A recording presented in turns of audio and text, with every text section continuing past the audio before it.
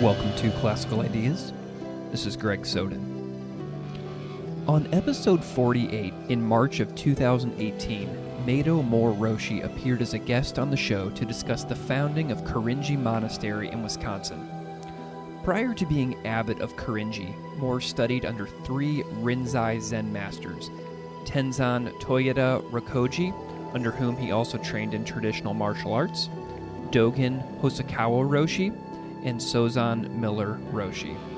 All are in the lineage of Omori Sogen Roshi.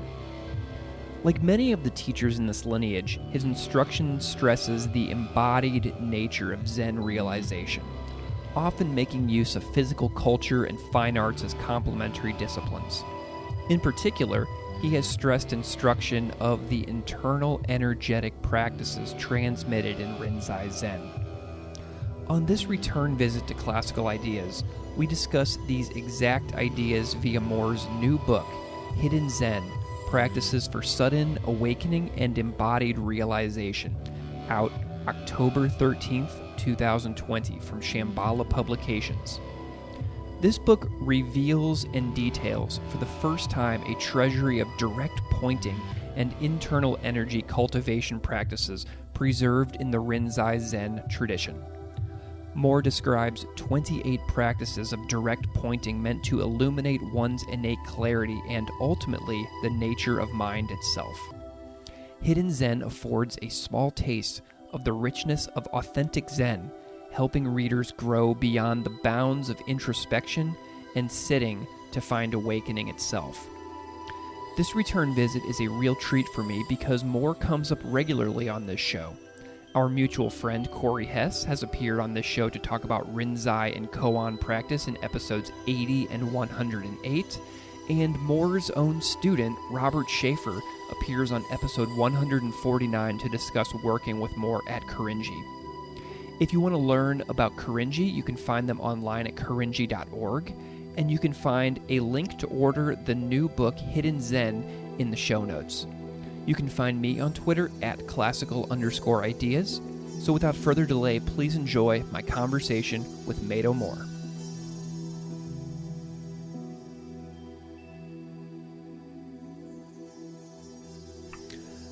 Meido Moore, it is a pleasure to welcome you back to Classical Ideas. Thank you so much for being here. Really, really nice to be here. Excellent. Well, for anybody who didn't hear our first conversation together, or know of your work through other podcasts or other work of yours, can you introduce yourself a little bit for the audience, however you see fit? Sure. My name is Meido, last name is Moore, of course, and I'm the abbot of Korinji, which is a Rinzai Zen Buddhist monastery located in Wisconsin, about 50 miles northwest of Madison, the state capital. And this place has been under development since 2008.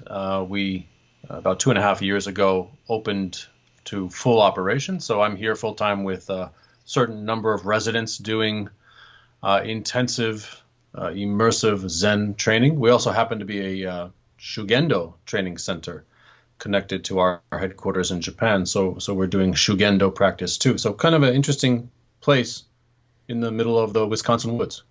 I love it. Well, you appeared on this show on March 23rd, 2018 for episode number 48, and I've gone on to do this show for a long time since then.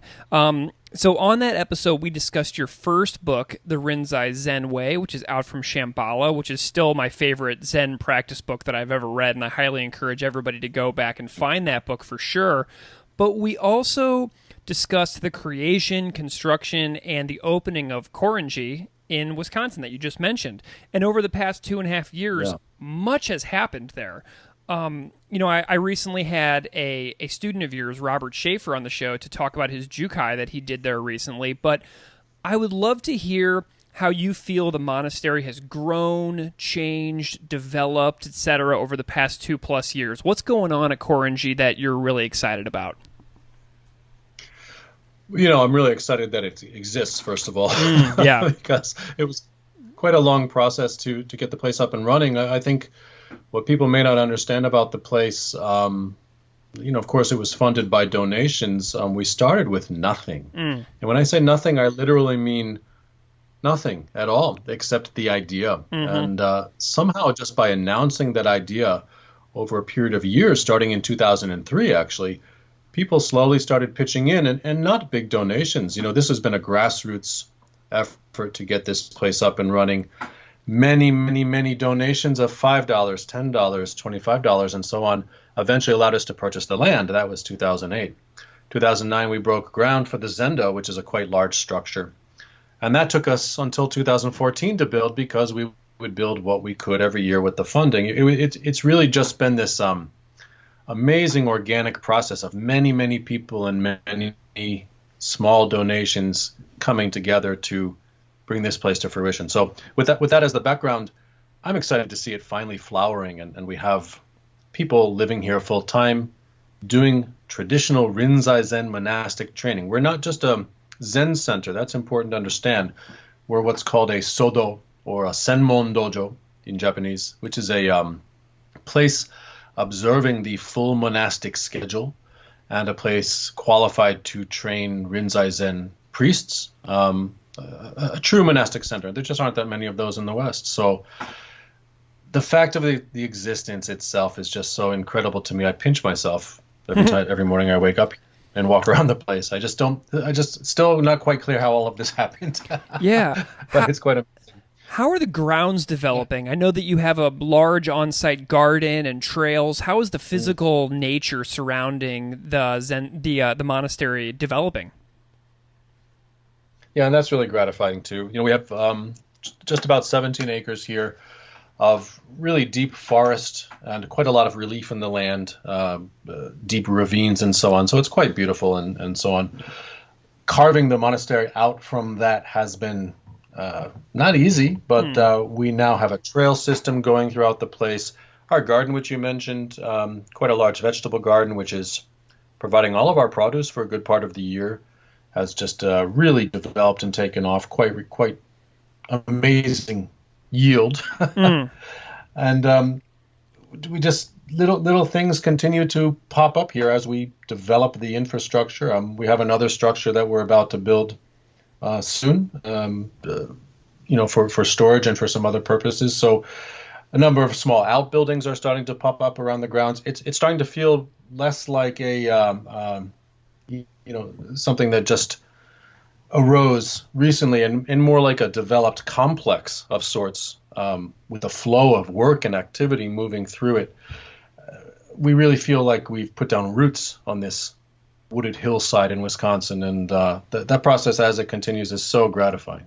Oh, I love to hear it. Well, the way I found you originally a couple years back was we have a mutual friend, Guogu, who appeared on my show on episode 36, and then he sent me to you, and then so I did episodes of the podcast with both of you.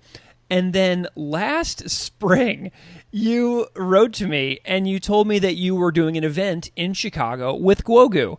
And so this was very exciting to me, right?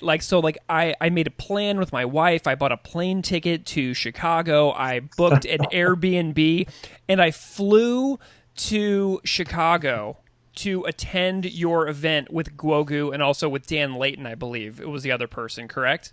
That's right. Yeah, that's right. So I get there, and I'm out to dinner in Chinatown with my friend at a Michelin-starred Chinese restaurant in Chicago. And I get this text from Belinda at the Chicago, Buddhist meditation center there that you were speaking at. And she's like, "When are you arriving?" And I'm like, "What do you mean? I'll be there tomorrow." And I thought that the event was on a Saturday night. Like I had scheduled it in my phone as Saturday night, and it was on a Friday night. So I'm sitting at the restaurant like 5 miles away from where you were meeting, and I went to the city hundreds of miles away to see your event, and then I completely got the day wrong, and I was so certain in the date that I just completely didn't even ever bother to double check that I had the wrong day. It was ridiculous. Yeah. We say that some people have very deep roots with the Dharma, but not necessarily sharp ones. But somehow your roots with the Chinese food were quite sharp. Oh my God. It was so disappointing. Roots. We'll meet another time, I'm sure, but it was unfortunate to miss you. Absolutely. Well, okay. So the reason we're back together today is because you have a brand new book coming out on October 13th, 2020 on Shambhala Publications called Hidden Zen, Practices for Sudden Awakening and Embodied Realization. I'm curious a little bit about the origin of this text. How did it come to take shape in your mind after the release of Rinzai Zen Way? I mean, it's actually something that's been in my mind even before I wrote the Rinzai Zen Way. I wrote that first book to serve a particular purpose, which was kind of a solid foundation for people who are interested in Rinzai Zen practice, but don't necessarily have access to a teacher yet or haven't found a teacher yet. So as you know, that book has the first half of it is kind of a conceptual framework for practice, and the second part is focused on practice itself.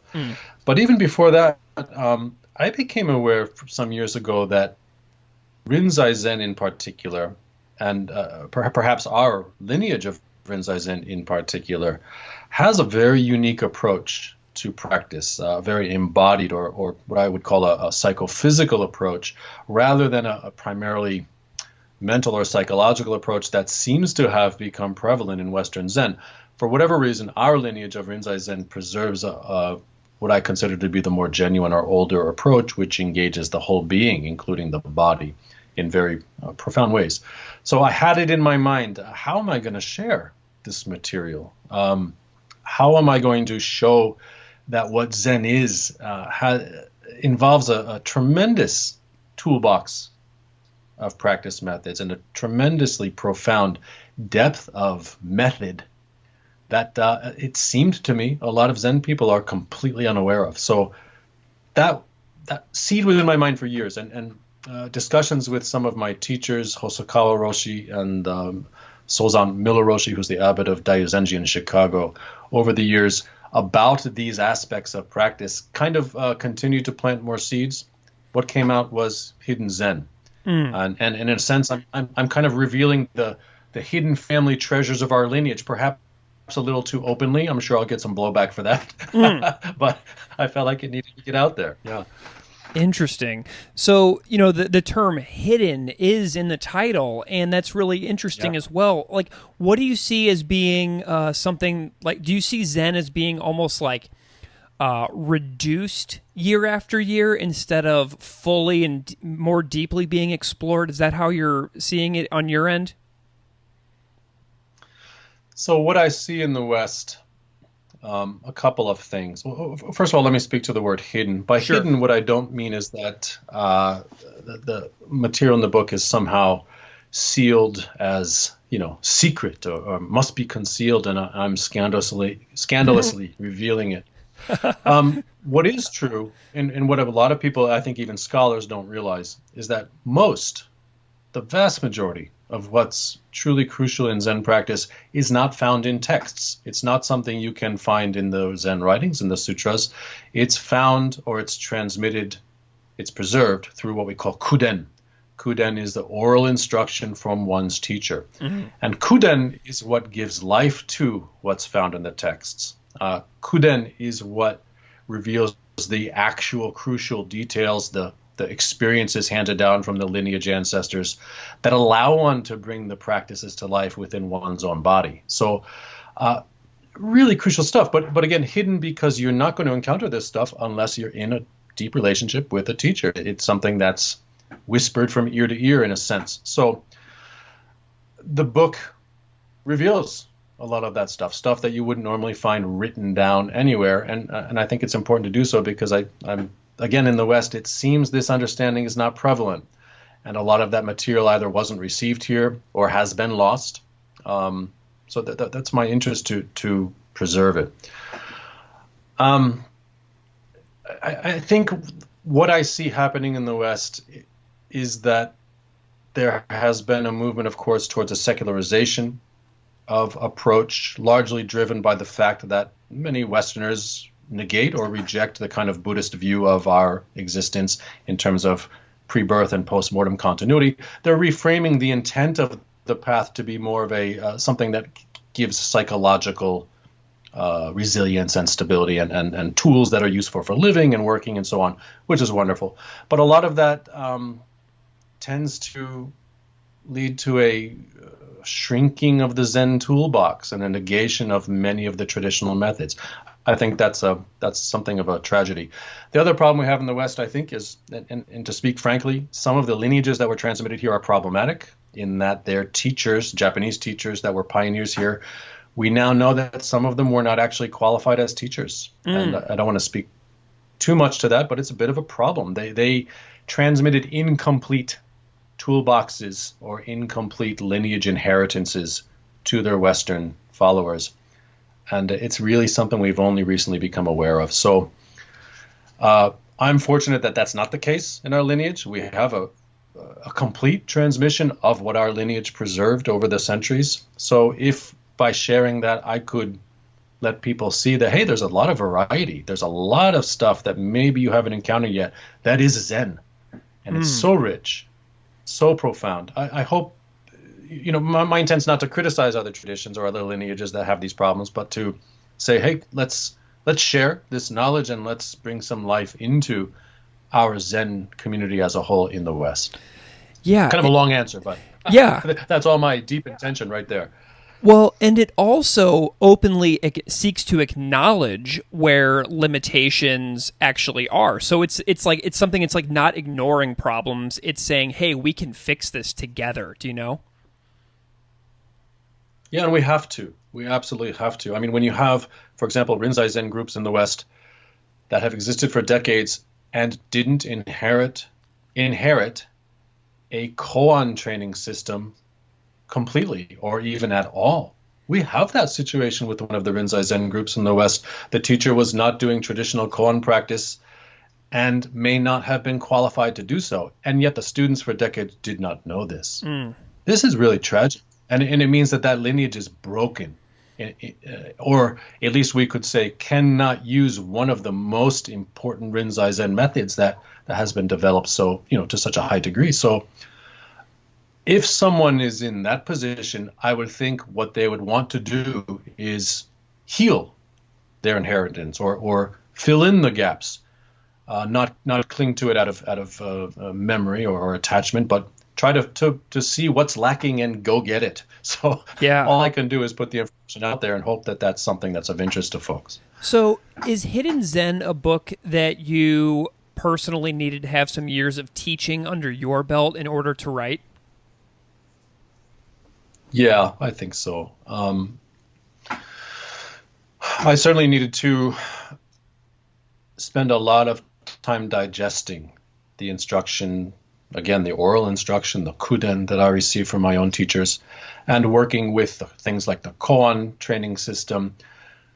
Some of the aspects of, one of the subjects of the book is what's called direct pointing, which are the methods that teachers use of various kinds to remove the obstructions in their students, to help them to enter meditative absorption, and ultimately to help them to have that experience we call Kensho, or seeing your true nature. I had to work with those methods myself, although I had received the oral instruction regarding them and had experienced them on the receiving end as a student.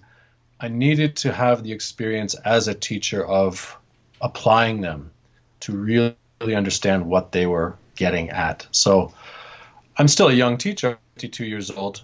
I've been a formal Rinzai Zen teacher. It means I received Inka Shome in 2008, just 12 years ago. I think my perspective 10 years from now could even be different, but I think at least finally at this point, I was ready to talk about some of these inherited methods in a way that I think has integrity. Okay. You bring up Kensho, and I want to get into the book here really quick. So the opening line of the book itself reads, "The entrance to the Zen path is not an intellectual understanding of the Buddhist teachings, but rather an experiential grasp of their central point." And then you go on to say that the experiential grasp is Kensho. And I've never had this term discussed on the show before, and I always love bringing up brand new vocabulary with guests whenever I realize there's a term that I've never even mentioned on this show. What is Kensho? Can you go into a little more detail on that for listeners? Kensho is awakening. Kensho is a rising of the knowledge or the wisdom that is not different in essential content to what the Buddha realized. And Kensho is, in other words, Kensho, the rising of prajna, transcendent wisdom, is the entire point of the Buddhist path, all Buddhist paths, not just Zen.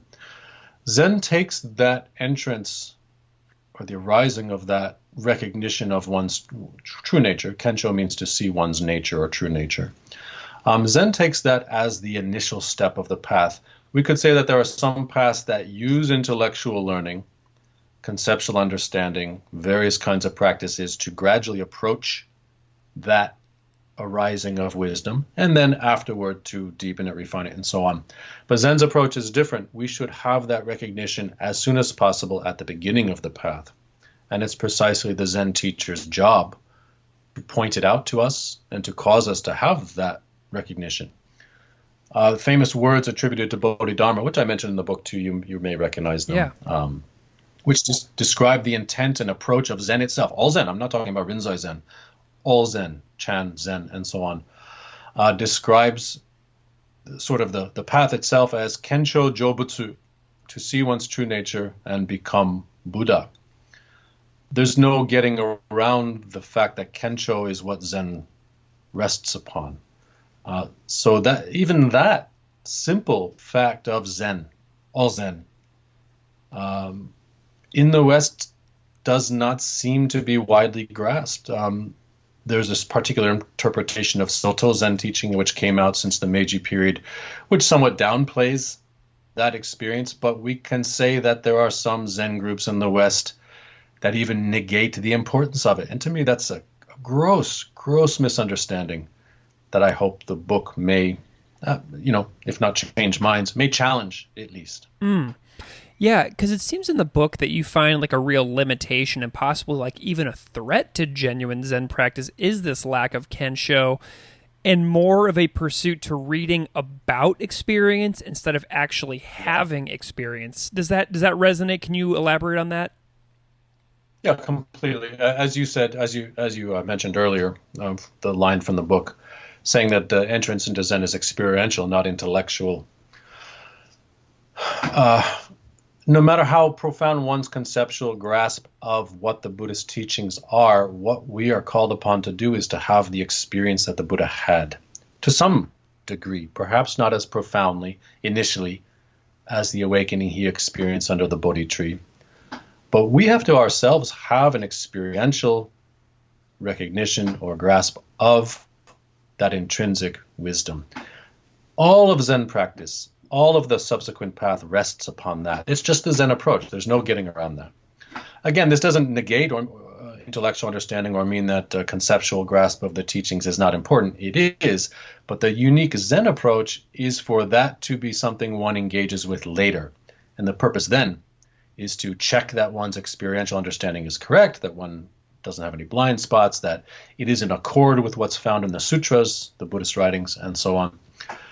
But again, all I can say about Zen, for better or worse, what Zen is an approach that takes some degree of that experiential understanding, the actual awakening, as not the later goal, but the beginning, the entrance into the path itself. Okay. Well, yeah, and then, so we've talked about Kuden, we've talked about Kensho, and the next major concept you emphasize in the book is Samadhi, and I can't recall if this term has ever come up on the show either, so I'm just loving these new vocab words. What is Samadhi? It's a shame that, Kensho and Samadhi, which are the two central aspects of the Zen path, have never come up. Well, I don't in many conversations that people have about Zen, right? I think that they have. Well, they have. It's just that, like, really hammering on those terms we've talked about the concepts so many times, but really emphasizing those specific vocabulary terms is something that I really like to do on the show, just so like people can build their own understanding of, like, different religions of the world and the vocabulary found within them and the way they're spoken about. So I just think it's really important to hammer down on those vocabulary terms when they pop up, Yeah, and I appreciate that. I agree completely, actually, especially key terms like that. Yeah. The introduction to this book, I have to admit that I was inspired by someone else. You may have heard of Victor Sogen Hori, Yes. well-known, Rinzai Zen practitioner and scholar. And he wrote a book called Zen Sand, which is a very important translation used in Zen practice, or of a text material used in Zen practice, so-called capping phrases.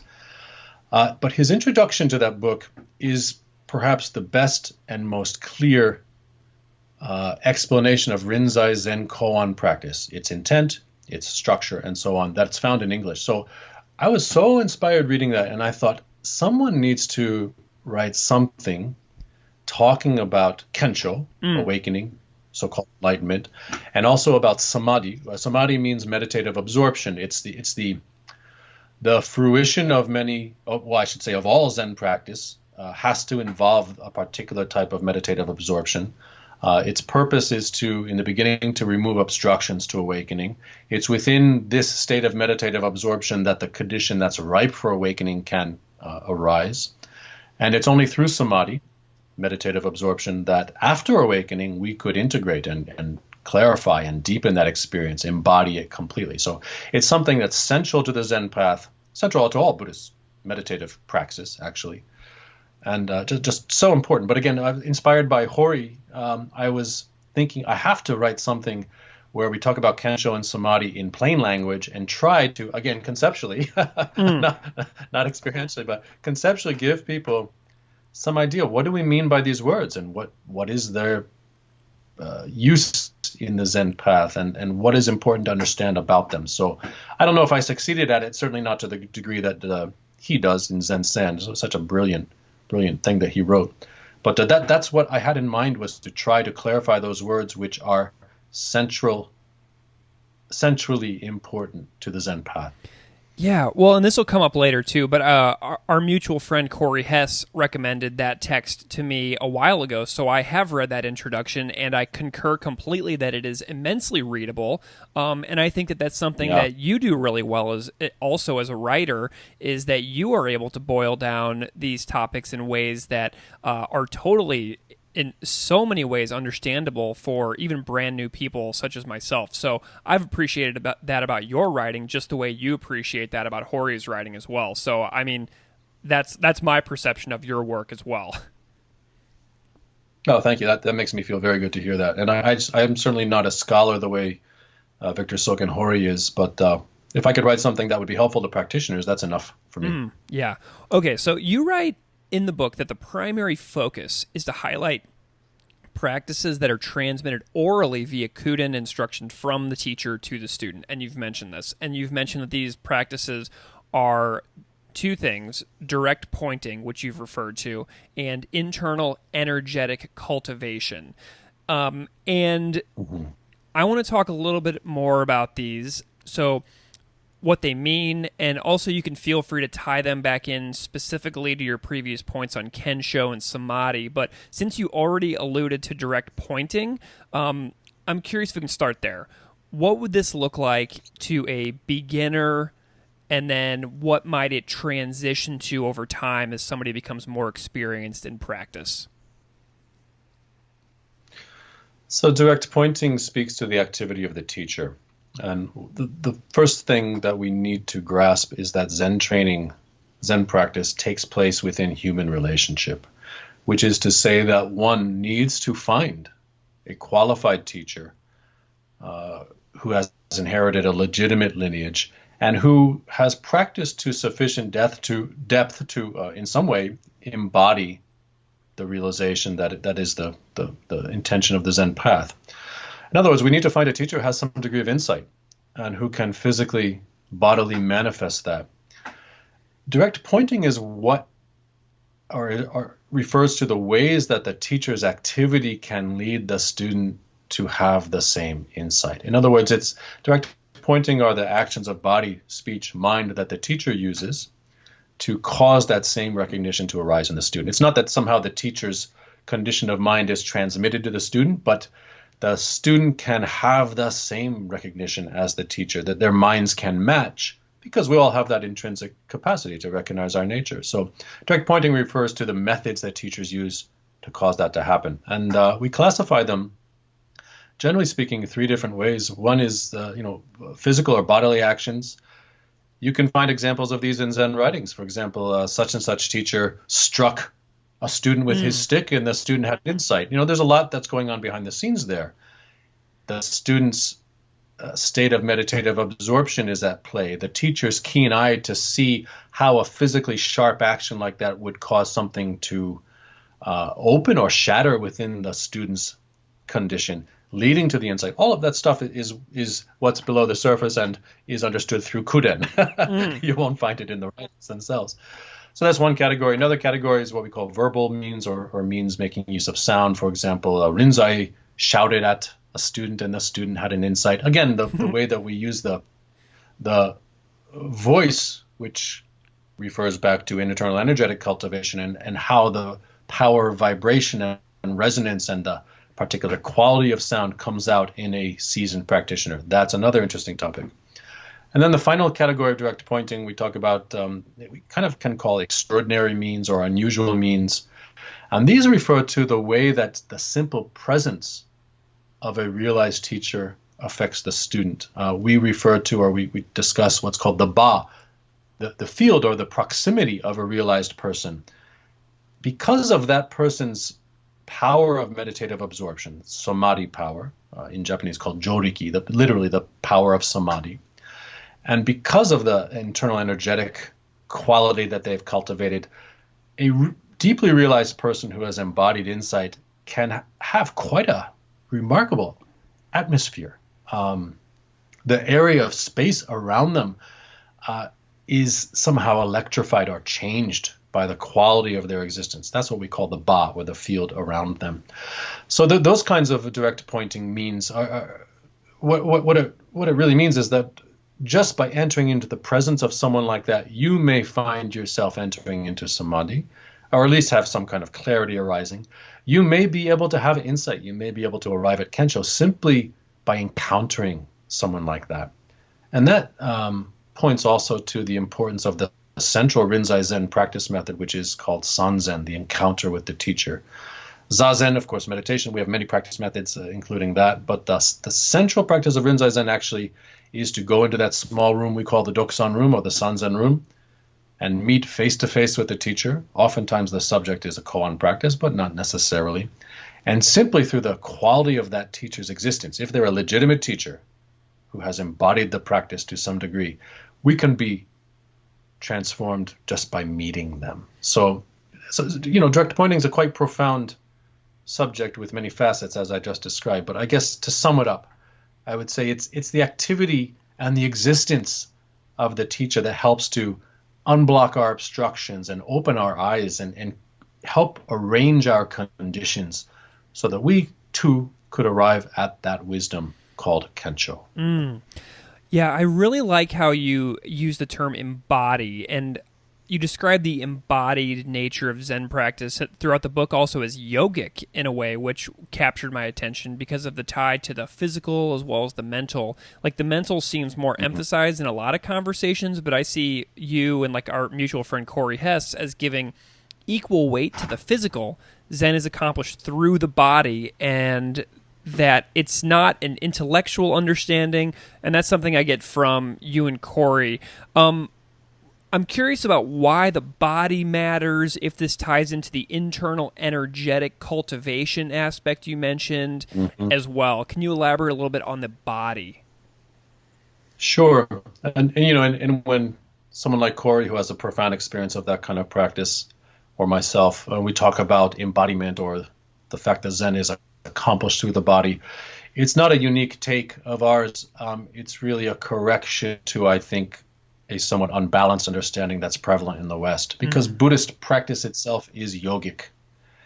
It's a stream of yogic spirituality coming out from that kind of intensive mind-body exploration that has been done in India originally for 3,500, 5,000 years, we think at this point. Meditation itself, we sit in a zazen posture. Why do we sit in a particular posture? It's a yogic asana. It's a yogic position. The traditional understanding is that we sit in that way because of the effects that holding the body, using the breath, cultivating the subtle energetics in a particular way, have on the mind, on the way that we experience.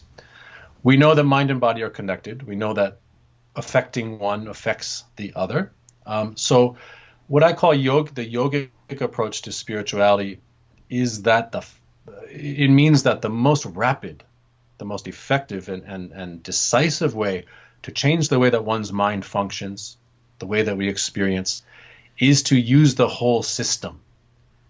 When you tweak the body, when you use particular mudra, when you use particular postures, when you use particular cultivated ways of breathing, the mind changes so quickly in a way that is so much more effective than trying to change the mind with the mind itself. So why this understanding, which again is not just a Rinzai Zen thing or even a Zen thing, it's a Buddhist thing.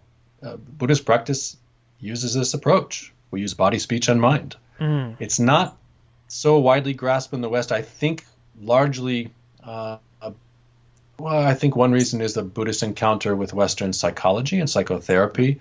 Again, the secularization of the Buddhist path tends to negate some aspects of those traditional practice as somehow, culturally not relevant or benighted practices of those strange Asian people, whereas we in the West have this more sophisticated and scientific understanding of the human mind and its workings. It's really kind of, I want to say racism, it's really Orientalism to negate those things reflexively. But I think a lot of that is what happens in the West. And much of what I see happening in Zen in the West is that it's become psychologized. It's become a kind of servant of psychology, Western psychological understanding, whereas that original yogic understanding of our existence and how to affect the mind most effectively doesn't seem widely grasped. So I just want to say, when Corey talks about embodiment, when I talk about this kind of stuff, we're talking about the Buddhist approach. We're not talking about something new or unique. It's just Buddhism. Yeah. As to how much of that it can be accepted in the West, how many Zen people in the West think of themselves as being Buddhist, I have no idea. I have no idea. But all we could do is stress the traditional approach. Yeah. Well, and the psychologization and the secularization, does that tie into anything about what you described American Zen as almost having a quality of bareness? Do those two things tie together to you at all? I think so. There's a certain sterility that comes out when you reflexively reject traditional training forms, throw them out the window, largely because you haven't really grasped their function and you assume that they're simply cultural baggage. Then you've just thrown out your whole toolbox.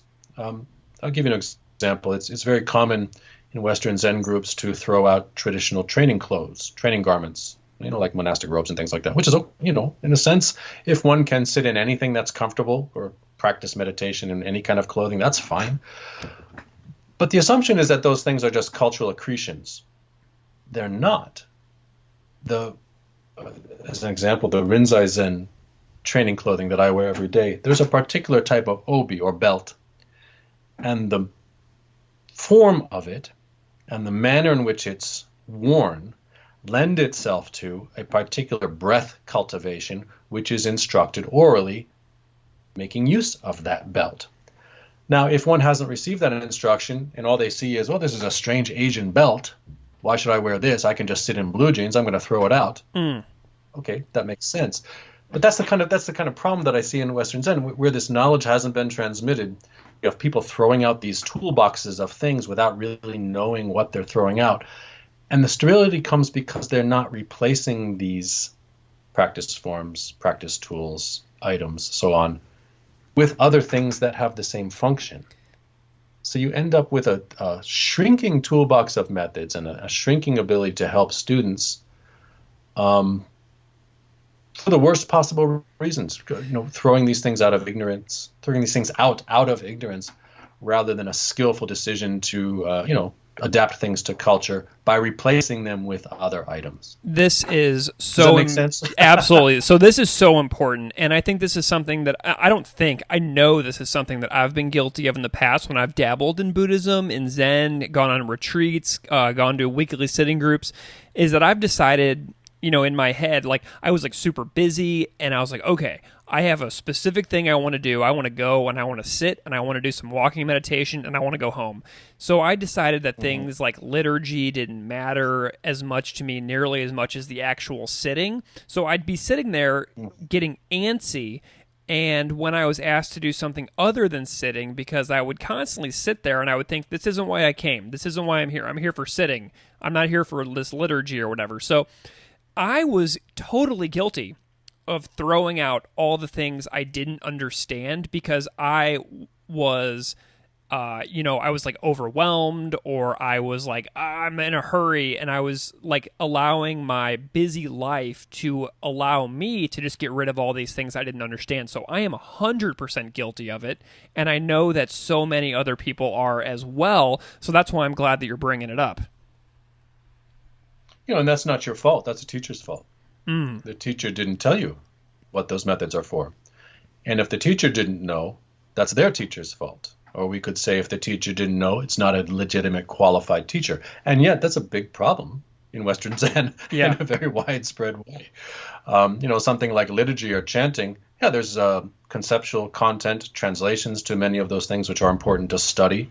But there's also a way of chanting using the body and the breath in a manner that causes the samadhi condition to arise. In other words, chanting is done in a particular manner as a study of mantric resonance and vibration that makes one's meditation more profound. It's an incredibly powerful tool. And because it uses sound, it's also a tool that one can use to affect others. That's the purpose of Zen ceremony. When we chant at a funeral, for example, it's not the intellectual meaning of the chants that's important.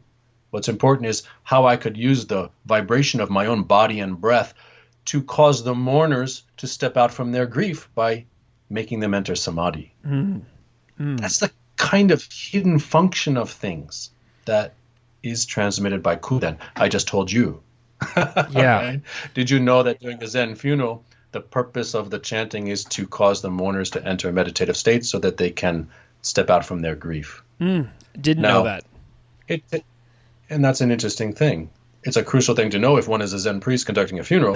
Now, if one doesn't have the training, and the power energetically through the embodiment of one's own practice to make that effect happen, then we can say, okay, you're not a Zen priest in the truest sense. That's a hard thing to say. But I think some of these hard things need to be said, again, in Western Zen, when so much is getting thrown out carelessly.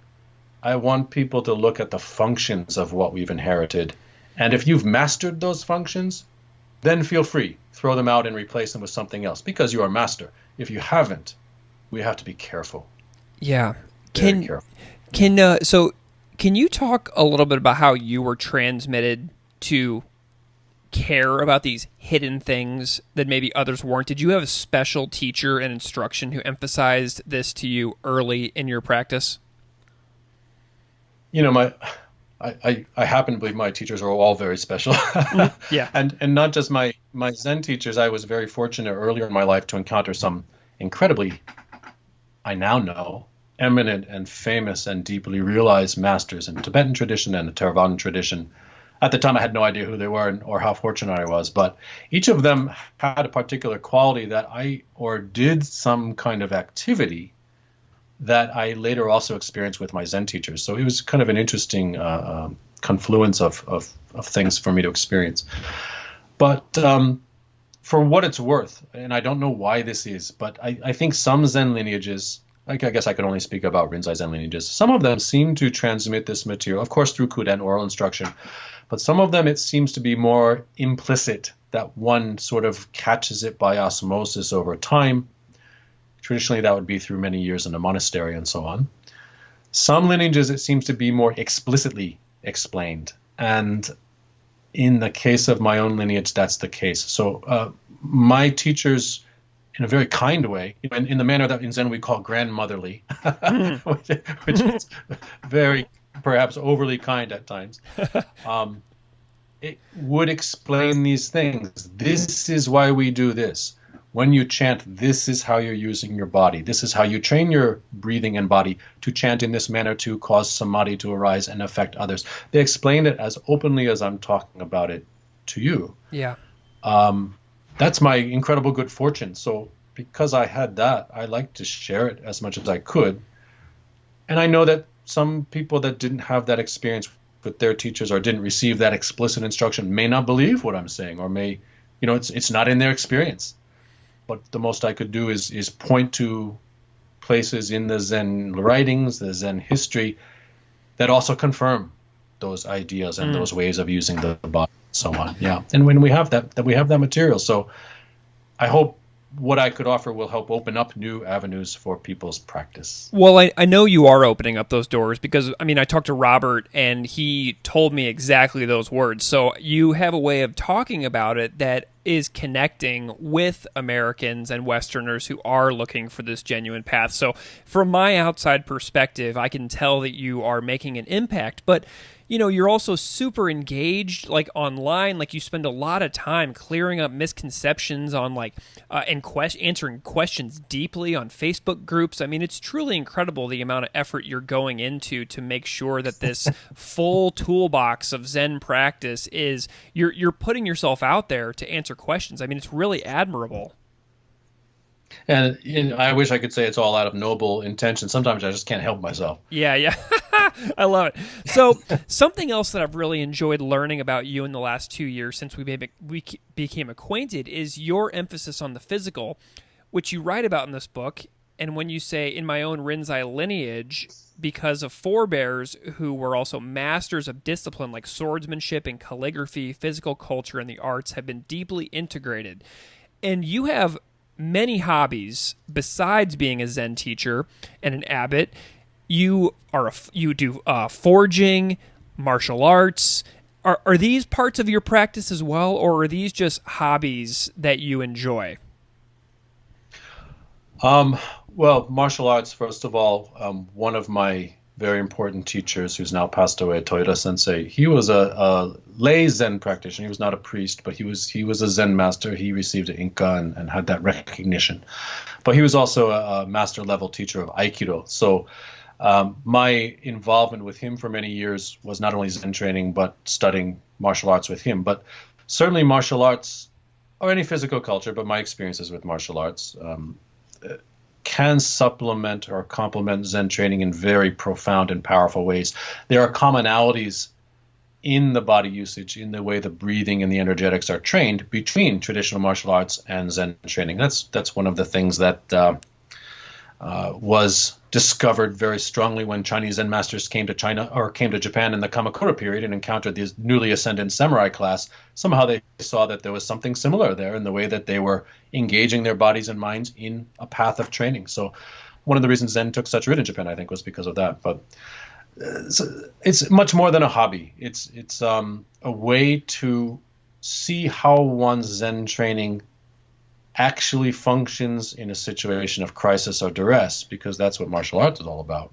If one can use those martial, intense situations to forge and refine one's Zen cultivation, I think it just kind of supercharges one's training. What I've always told people is if you do Zen, your martial arts will be better. If you do martial arts, your Zen will be more intense and better. So you don't have to do both, but if it speaks to you, what a powerful combined discipline that can be if one knows how to do it. As for the forging you mentioned, that was started as more of a personal interest. I was always interested in metalworking and wanted to do. I'm always been kind of crafty in a sense, so I thought it would be neat to learn that and to forge the metal implements we use around the monastery. I make knives mostly for outdoor people that help fund the monastery, that kind of thing. It's fun. Awesome. But yeah, I could look at that also as a discipline of Zen practice in our use of the arts, or in this case, I would call it more of a craft than an art. We look at how one uses one's body and mind to work with the materials, how we use timing, how we use space, how we use the energetics of our own existence to mold and transform media in ways that can communicate something of Zen realization. And forging is cool because you've got metal, you've got fire, you've got water, you get to play with these things and literally forge something on an anvil, hammering hot metal in the way that we forge our own existence in Zen training. It's just a wonderful, wonderful manifestation of one's practice to be able to do that. So It's a hobby, but I don't know what's hobby anymore. Yeah. I mean, I don't know. Yeah. I don't know anymore what is not part of my practice. I think practice is a way of being, and we should be able to integrate anything into it. So I can't call it just hobby. Maybe I don't know how to just relax and have fun with something anymore. That's possible too. Yeah, that's powerfully symbolic as well about the forging. As you know, how you talk about Zen as forging a the body as well. Like that's so cool. And it's interesting you said that. I just want to mention to you that we have this word shugyo, which we use a lot in Japanese, which refers to the deepest possible physical and spiritual training, using life to forge oneself in a sense. And Hosokawa Roshi, one of my teachers, when he visited Korinji last year, he was trying to think, what's the English word that we can use to really give people a sense of that? And he stepped into the forge room here, where I have the anvil and the forge and all of that, and it struck him. He started getting excited and saying, forge, we have to say forge. People need to understand that forging their lives. I thought that was wonderful. Wonderful. Wow. Absolutely. So you just hit on that. Yeah.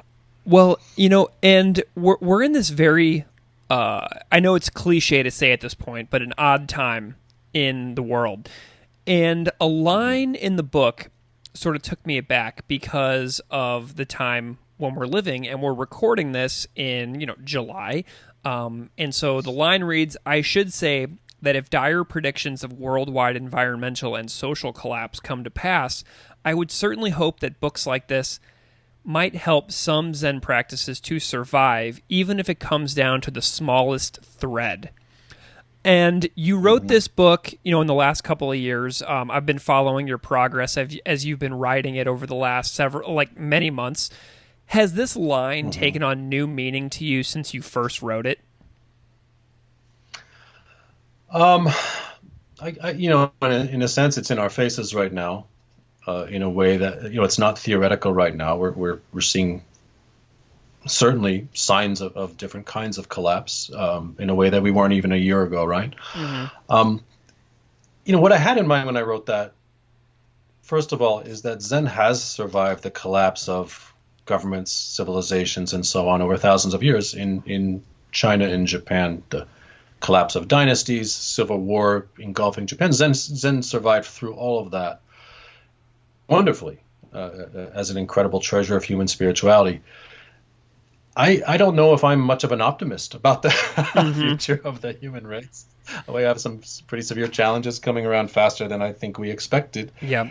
But the most I could hope for is that if the human race can survive, and there can be some places where some of the incredible achievements of our spirituality survive, that some kind of treasury of transmitted methods could be part of that. And my book is nothing special, I have to say, but there's some things in it that I think are hard-won treasures coming out from the deep experiences of our lineage forebears, people who sweated blood in their own spiritual quests and transmitted some very effective, again, hard-won things to us. I don't want to see that go away. So whatever does happen in the future, if some copy of Hidden Zen is discovered in a post-apocalyptic dusty basement someplace, and people are still reading English, I hope it's useful. Well, you just I have a vision of like Planet of the Apes or something. Well, I mean, seriously, I don't know if you've ever read this book, but you just described the plot for a book called A Canticle for Leibowitz, which came out in the 1960s, where a group of Franciscan monks find and dig up old copies of things that, from the past civilization before a pre-apocalyptic society happened, and they're like translating it. So like you basically just described a speculative fiction novel from the 60s, which I absolutely loved. So I'm just going to latch onto that. Oh boy. That's great. Yeah. So the movie Book of Eli, it reminds me of that. Oh, Do you know that movie? Absolutely. It's fantastic. Yeah. Okay, so Meido, I'm really pumped for the new book, and I love following your contributions to the practices and discussions that I follow you taking part in. As I mentioned before, you're always very positive. And I know you just mentioned you're slightly less hopeful, but you don't come across that way. So you're kind, generous, and reading your work makes me happy. It has for the last 2.5 years.